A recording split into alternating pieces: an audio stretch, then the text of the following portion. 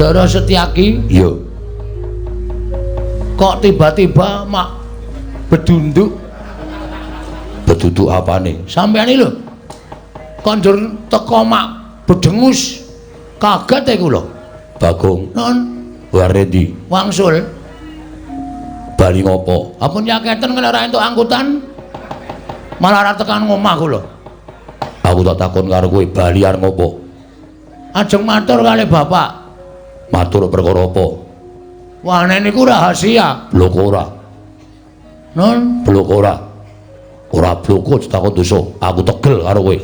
Yen bloko tak jempalani Bagong. Mangke yen to niki masalahe napa kok ngerti-ngerti dijempalani?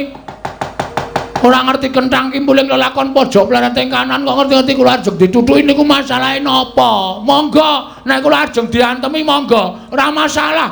Kula ikhlas nek kula salah. Aja kok diantemi, lebokke pakun jaran kula disiksa, nek pancen Bagong luput ora masalah. Ning ora salah, ora kleru dijotosi niku. Terus pripun le mikir? Apa kowe ora rumangsani kleru? Mboten. Kowe mau ning kedaton omong piye? Wah, werna-werna lali punan. Pun sore wau wis kliwatan limbukan barang e. Wis ra iso mikir kula. Bagong, Nun, aja sembrono. kula mboten sembrono. Kowe mau ning kedaton matur karo Kanjeng Koko Prabu Ndorowati nek kowe arep bali ning Karang Kadempel. Nggih. Arep wadul karo bapakmu. Perkara Sinuwun Prabu Ndorowati mambeki kekarepaning Kakang Semar nggone bakal bangun gayangan ya apa ora? Kowe lha kok ngertos sampean? Ngerti bae. Terus rawuh sampean mriki? Aku didhawuhi supaya nyekel kowe. Lho, iki piye ta iki? Kok sampean nyekel kula niku salah kula teng pundi? Ora sandatakon salahe. Yen kowe wadul karo bapakmu, yen bapakmu nesune karo Koko Prabu Ndorowati, mengko kriwikan dadi grojogan geguyut dadi tangisan. Semar iso mungsuh Koko Prabu Ndorowati. Pancen kuwi sing tak jarak. Aku saiki arep kepengin weruh Semar karo Kresna iki digdaya sapa? Ya ben padha-padha pamomonging Pandhawa. Kresna pujangganing Pandhawa, Semar pamonging para Pandhawa. Nek gelut menang sapa? Bagong, Nun. kowe aja sembrono. Aja sembrono iki lagune Mas Mantos. Ora usah kepenakmu dhewe. Koko Prabu Ndorowati dawuh karo aku supaya kowe tak bondo sawetara wektu. Weh, lah iki. Iki berarti pancen wis numusi lek ngimpi dirubung sendok mau bengi. Edan tenan. Dirubung penari. Penari sendok. Wah, terus nek kula bangga, Tak rampungi. nek kula pasrah, Kowe tak bondo. Oke, wis ben mudar nang kene mbok men. Wis tak niati. Kok ora tau mlebu ning cangkeme sencaki lho. Kok meng lambeku terus sing klebon apa mergo aku ki gragas wae ya. Larone iki ngerti mlebu ning cangkemku aku apa-apa tak pangane. Urip mateng tak pangan abeh. Bagong malah malang kerik. Malang kerik wae. Yen ngono kowe wani karo Setyaki. Den. Cacing niku kepidak menungsa ngolet ki ora ngrasake lara, ning butuh males karo sing idak. Mongko cacing ki ra ndek perasaan. Bagong ki wong diparingi perasaan. Aku ki mlara ae masuk angin tak goleke tamba, sontek tak blonyo awakku. Men mari kok mati diame-ame. Manusia macam apa kamu? Gugu karepe dhewe lah. Apa dikirane sampean getak-getak karo Bagong ki aku miris. Aku wedi. Gak no. Wah. Gak wedi aku. Yen ngono kowe wani karo aku, Wedian diamput. lho. Malah misuh-misuh Ya men. ora minggat suarep aku, ora manut terus Setyaki kene marganing patimu. Jajal sekseni piyai semene. Sencaki karo Bagong menang sapa? Mari dicoba. Coba, ini dituku lho, rame dicoba-coba. Tuna dicoba-coba. Saya ombo. Mati dening aku. Mangga ayo.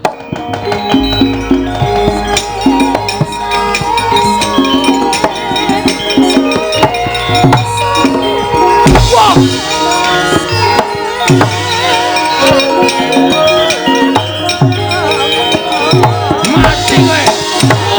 Woi.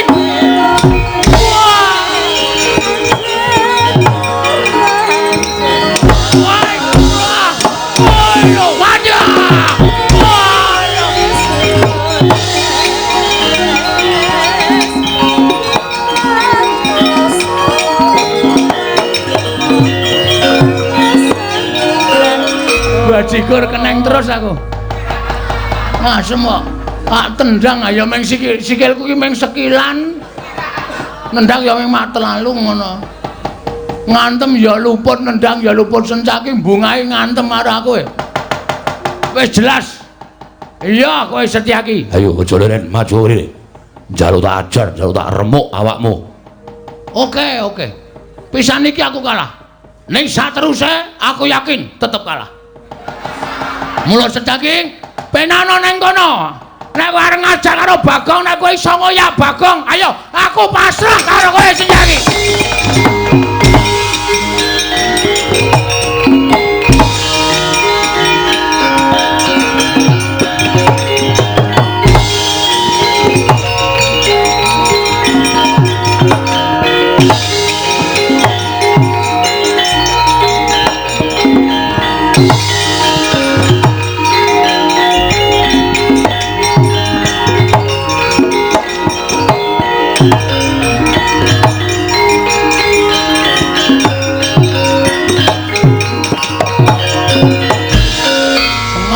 Iso ngoyak aku.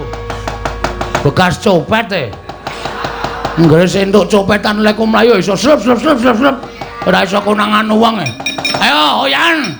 Ora iso ngoyak aku laporke bapak ben geger Ndarawati karo Karang Kajembel wis.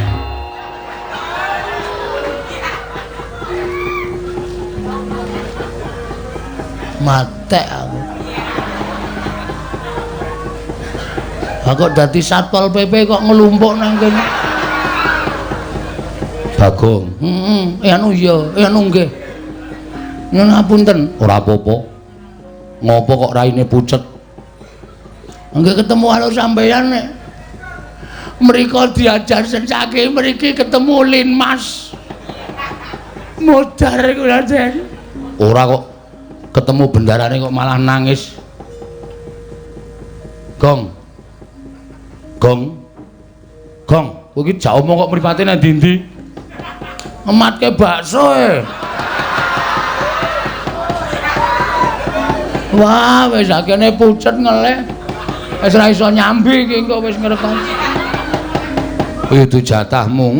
Kok tak ngono wae, goreng laron e malah. Saya akeh iki. Wis ben ra apa-apa. Kowe ngopo kok bathukmu biru, mripatmu biru? Ning gusine ra abang to? Abang. Mengko nek gusine biru ndak? Lho, wong bagus gusine biru. Ora. Kowe ngopo? Anu diajar Ndara Setyaki. Lho, sida diajar. Wis mau kok ndak sida diajar ora. Lah terus sampean mriki? Aku didhawuhi bapak. Bapak sapa? Ya bapakku. Bapak sampean apa? Lho, kuwi piye to? Bapakku rak Werkudara to. Lho, isih ajeg to? Dengkulmu mlocot. Apa kon ganti bapak? Mbok menawa kang ibu gareng rapi meneh. Sogo telakmu mudhar ora. Kowe mlayu nggih. Wedi. Ya mesti wedi. Aku ora tau iso males e. Anggere ngantem luput cupet. Anggere nendang ya ora kena edane. Ndara Setyaki iki duwe aji lembu sekilan. Angger tak antem mesti kurang sekilan, mesti ora kena e. Mergane kowe iki awakmu cupet kabeh kok. Heeh. Lah terus ngene, aku mau didhawuhi bapak kon ngewangi kowe. Kira-kira kowe gelem ora tak ewangi? Serius? Lho tenan, malah ora mung aku Kakang Garuja, Kakang Antarja. Kabeh do ngewangi karo kowe. Kira-kira piye? Wani ora? Wani. Wis kowe ora usah wedi. Wis saiki nang kene tenguk nang ngarepku kene. Engko nek Mak Setyaki tekan kene arep ngajar karo kowe, aku sing arep nandangi. Mbok dilegong, lek cengelmu iki, Gus.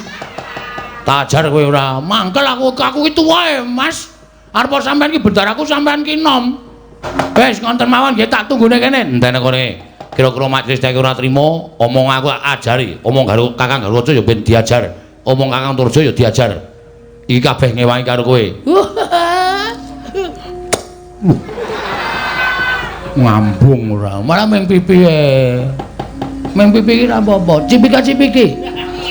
Tondo apa pas duluran. Iya.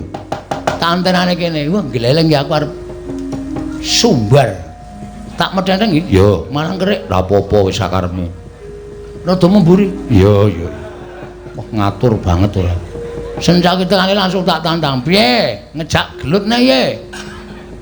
Kono muni mati dening aku. Ndara Antasena, Ndara Galgaja, Ndara Antarja. Ndara Secaki diajar ora. Ampun.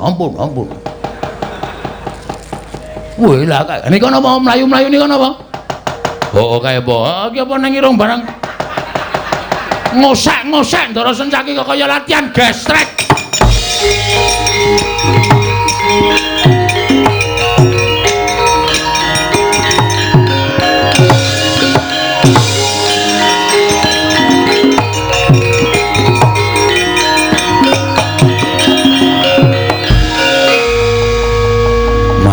Kene mandek kesel kok. Iso ngoyak aku wis iki. Yo, ayo manuto karo aku. Anggir Antasena. Heeh, Mak Cilik. Anggir Galgaja. Iya, Paman. Anggir Antarja. Iya, Paman. Lenggah wonten ing mriki. Ya mung ngisis wae kok. Ora ngapa-ngapa. Kok kayane ana masalah karo Bagong. Badhe kula rampungi. Ya dilampungi. Rampungi Gong, nek ana perkara dilampungi ben kek padhang kahanane. Siap. Karepe piye Mak Cilik terus tok tanting wae. Oke. Karepe piye kowe? Terus kaya lho. Kaya kowe mau wis tak ajar. Mau saiki. Mambu. Keri. Mau saiki. Wah, jan.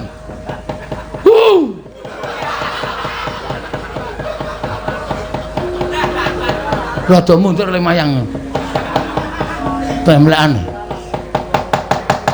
Yen ngono kowe wani harus Setyaki. Sing tak wedeni awamu. Ora minggat suara aku. Wis gawe wirang Setyaki kene marganing patimu. Panggao tayoni. Lho, wani tenan. Kowe kuat nadai kekuatane ndara-ndara kusing lenggah nang mburi iki. Kelakon kowe boyong Bagong. Lho, nggih. Apa Mak Cilik? Bagong kok nandangi kados ngaten. Ya pancen tenan kok. Nek Mak Cilik arep ngantemi Bagong, sing diantemi aja Bagong, ning Antasena. Sing mbok jotosi Kakang Galgaja, sing mbok jotosi Kakang Antarja. Sago dadi suliye Bagong dijotosi Mak Cilik Setyaki. Ah. Ampun ngoten nggih. Njenengan mriku kok kados ngaten. Iki tenanan. Tenanan ora ming guyon. Mula manut wae Mak Cilik wis. Kersane piye arep dijotosi nek perlu sampean nggawa godhong si kuning. Ning sing duduk ya aja Bagong. Antarja, Antasena, Gatotkaca. Ya to, Kang? Ya, Dimas. Lah. Piye? Sida ora? Kok pucet? Kok saged ngaten? Merga Bagong kuwi abdiku, Lek. Bagong kuwi abdine Pandhawa. Aku ora ketang sithik tau tate digudang Bagong. Tau dimong karo Bagong. Mula ana wong sing arep ngendak sikara karo Bagong aku ora trima. Semono uga Kakang Galgaja Kakang Antarja ya ngono, rumangsa wis tau dimong Bagong. Nek ana wong sing arep ngantemi Bagong, mestine do mbelani ora trima. Bagong iki tukang pamomonging anak-anak Pandhawa kok arep dijotosi sak penake dhewe. Apa nek kira-kira Mak Cilik ora tegel jotosi Antasena, Gatotkaca Antarja dicoba wae. Njajal Bagong ora sah gelut ning mungsuhmu aku wakile Bagong. Ya coba ye. Yo piye? Wong iki nek ora salah iki nek ndi-ndi dibantu karo wong. Ora kok mung sak kepenakmu dhewe dumeh didhawuhi karo kakane terus Bagong iki mergane patimu. Boten derek aku. Saiki piye? Kowe ngomong apa saiki? Ayo muni ya. Muni ya, guys. Iya. Ya piye ora ya. Ya wis. Ya wis piye? Ya wis Bagong aku ora sida. Mula sara karo kowe. Ah piye kok ora sida iki? Wah, kene wis mempeng e. Kene wis nyewa tukang pukul 3 e. Pukul batu bata, pukul batu kali, pukul gundulmu. Rasa nesu ngono kok nesu ora. Nek sampeyan ora arep melu-melu perkara iki wedi karo putra-putra Pandhawa, mundur. Ngono aku ditimbali Koko Prabu Ndarawati. Iso alasan to? Mula ana tetembungan 1001 alasan. Mundur, Bagong ampuh apa piye wis terserah. Ning sing penting sampean aja nganti nyekel karo Bagong. Nek sampean ndemok kulite Bagong mungsuhe lancur-lancur Pandhawa Ndara Setyaki.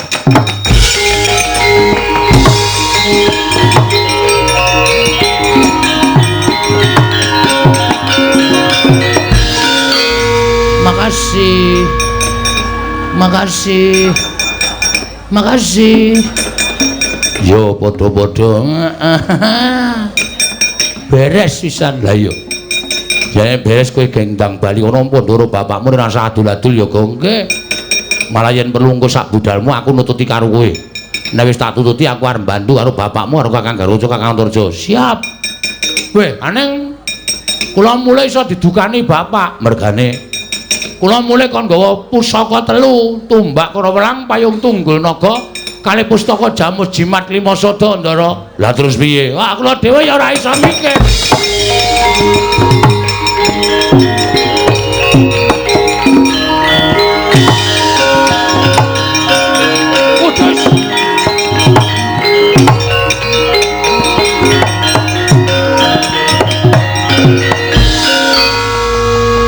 Wiladala. Tumbak Karawelang, payung tunggul naga, pustaka Jamus Lima Sada. Kok tanpa kenyono-nyono kok kaya melu lakumu kok. Kula ya ora ngerti kok. Kula ora nggawa besi brani lho. Iya. Kok iso detekan kene lho. Ning ora memper. Mergo kuwi tak kandhani yo. Pusaka 3 kuwi janjane ora pusaka, ning kedadian saka ratu-ratu sing ampuh jaman semono. Ratu sing didaya. Kula wujuding pusaka ning panggraitane tanpa beda kaya menungso. Ngono ya? Iya. Wis rasa dadak wedi. Pusaka 3 boyongan ning Karang Kadempel, sakpungkurmu aku nusul karo kowe. Monggo yen perlu bapak karo sinuwun Prabu Puntadewa, Siwa Ngamarta tak suwune supaya tedhak ning Karang Kadempel. Estu nggih, Den? Iya. Nggih nyuwun pamit niki pusaka kula gawane kula tak bali matur karo bapak. Ya sing ati-ati go nggih.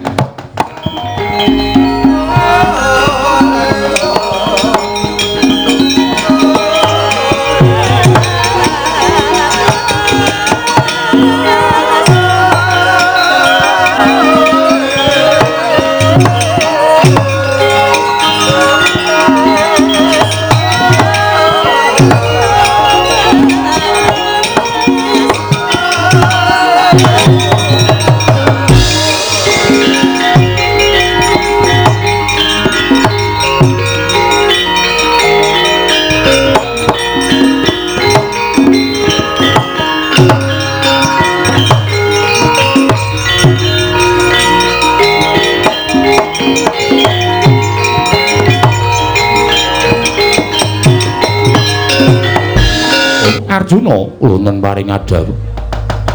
Ora mati Ndugamana. Lah kok dadi Setyaki malah ora ngetok. Monggo tak utus supaya nyandhet kelawan lakuning Bagong. Nggih. Arjuna wonten paring adhawu. Rasaku kok kaya ora kepenak kepareng Paduka Kanjeng Koko Prabu. Aku tak munggah ning kayewangan bareng Paduka. Aku tak nyuwun prisa kelawan Sang Hyang Pikulun Jatimurti. Niate Kakang Semaniki mau pancen lahir batin libakan balung kayangan.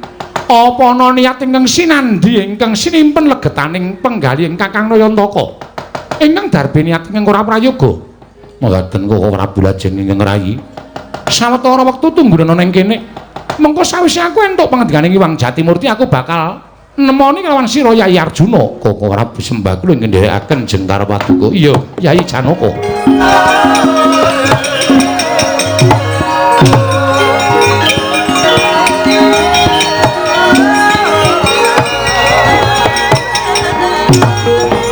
Mas Tunomo Sidam Sekaring Bawana Langgeng Kakang Lodo Kakang Resi Kanika Putra perkencong warudaya pak pong buk bolong kali codhe sapa sing gawe menawi di mila kawenas kayiwangan mboten katos padatan satemah karya geger sangganing para Durandara menika mboten panglingkat disowanipun Kresna ingkang abiyantara ning ngarsanipun ingkang rayi Kakang. Ah inggih.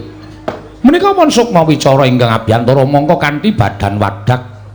Tumuli katimbalana di menapa wigatosipun Kakang Ruda kasinggihan kasekicakna lenggah. Ah inggih sampun boten kirang prayogi.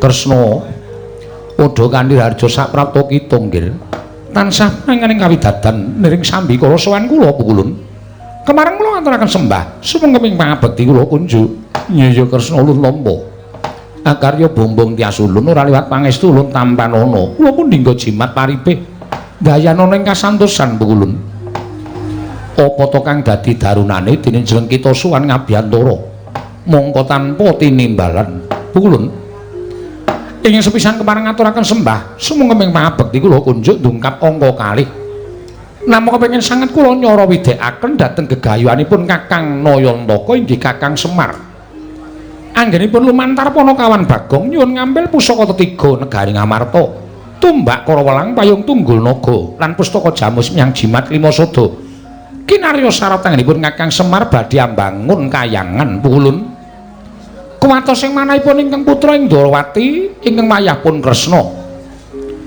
tembungipun Kakang Semar anggenipun kepengin bangun kayangan menika menawi sakmangke ngantos Kakang Semar menika wantun ngembari dhateng pangwaosipun Kayiwangan srana anggenipun badhe bangun kayangan menika menapa boten nami ngasuraken dhateng asma paduka pukulun wonten dungkap ing angka kalih pukulun Kakang Semar menika nadyan titising Sanghyang Ismaya menika tasih kadang werdanipun pukulun Manikmaya ewadene wujudipun Kyai Semar menika wadak tegesipun jalma wantah ingkang tansah kedunungan raos tuwin kedunungan wawatekan inggih menika ina lali salah apes kelawan mati kuwatos raos sing manah kula menawi anggenipun nyuwun ngambil pusaka tiga negari Ngamarta menika tumunten dipun ginakaken pakerti ingkang boten kirang prayogi duh pukulun menapa mboten damel banger bacen asmaning Kayiwangan jernyatanipun Kakang Semar menika ugi geneping para Jawata mlingking saking menika pukulun kula nyuwun dhateng paduka Hyang Ade pukulun keparenga angginakaken permana jatiane dipriksa dhateng gegayuhanipun Kakang Semar menika pukulun Kresna wonten timbalan kulun ngaturake panuwun ingkang tanpa pepindhan dene jeneng kita wis menehi asarta munjuk atur kelawan panjenengan ulun nggone Kakang Semar bakal duwe gawe bakal mbangun kayangan ing mengkono ndadekake banger bacen asmaning Kayiwangan mula Kresna gandeng wis wolawali ulun tansah duarep kelawan Kakang Semar turta ulun tansah kawirangan mula babakan Semar jugar lan mbuyane nggone mbangun kayangan ulun pasrahke kelawan jeneng kita kemareng paduka kinarya nitik yen to Kakang Semar iku lair lan batin nggone mbangun kayangan apa ora kita kudu bisa nggiri-godha lawan Kakang Badranaya mula panggiri-godaning Kakang Semar ulun pasrahke lawan jeneng kita Narayana ngestaken dawuh lajeng para paduka mudhuna ana ing jagat ulun paringi parilah kita ngganggu gawe kelawan Kakang Semar nggone bangun kayangan niki ngestaken dawuh pukulun gandeng sawonten waca dawuh paduka Hyang Adi pukulun kelana kula nyuwun pamit madal pasilan sing ati-ati aja kaya bocah cilik Kresna wayah ulun ing Ndrawati palugon lagune nglekas lukita linuting kidung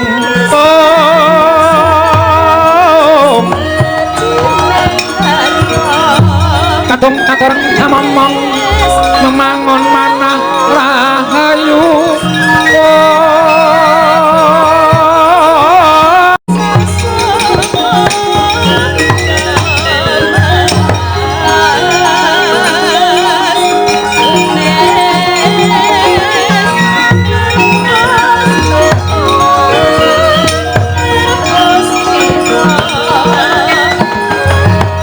permoni kula wonten timbalaning adawuh pukulun aja wedi kangelan ketapno para wadyabala baju barat kabeh kinen lumarap ana ing Karang Kadempel susupana jiwaning kawula sak Karang Kadempel aja nganti padha nayogyani Kakang Semar nggone bangun kayangan yen perlu jiwa ingkang resik jiwa ingkang suci tumindak ingkang becik ingeren kiblate supaya tumindak kang ora prayoga non ngestaken dawuh pukulun lajeng Lelarana kula nyuwun pamit madal pasilan tumurun wonten madya potong tapakan saking wadyabala iya sing ati-ati permoni aja kaya bocah cilik Bathari Durga kepareng kula jumadung dawuh Arjuna wonten timbalan prastawa dawuh timbalaning Iwang Pikulun Manikmaya pancen pun Kakang ing kinarya niti priksa kelawan niating Kakang Semar uga pancen lahir batin bakal mbangun negara Ngamarta Apa pancen mung kepengin ngembari marang panguwasaning para Jawata jer tembunge mbangun kayangan kasinggihan mekaten.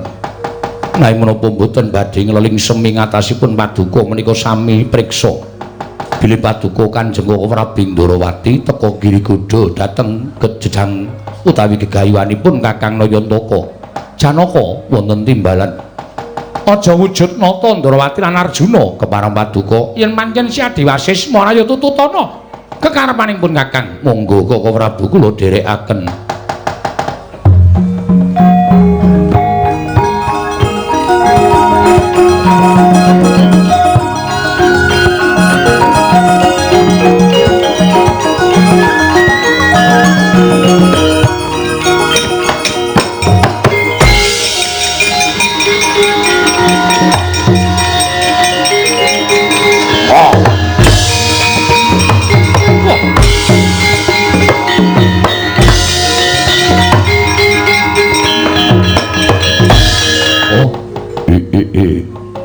Janaka wonten timbalan Kaka Prabu.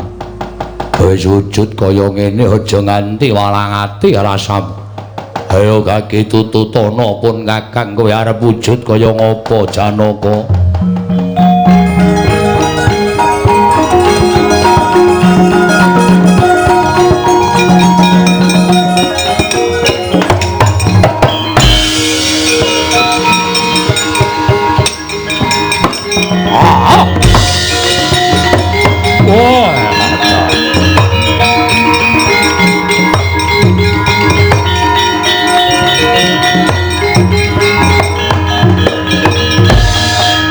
Wujud buta.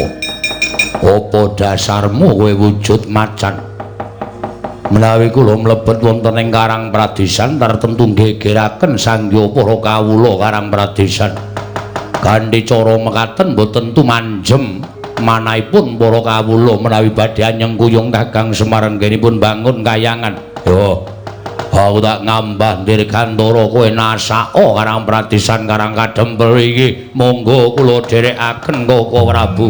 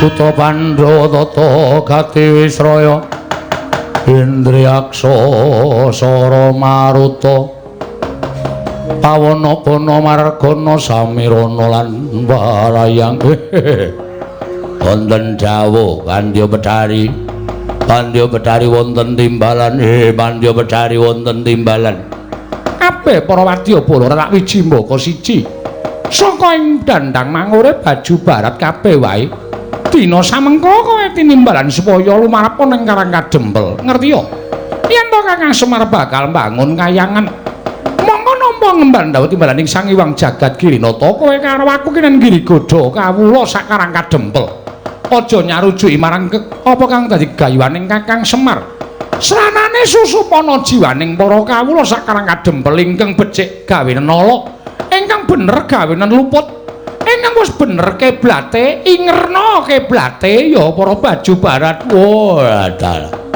Lajeng pangkatipun Prawadya Bala benjang menapa? Ora ketang sambung apa Raja Lintang tu beliau mangkat dina iki. Non ngestaken dawuh nyuwun pamit pandya badhari.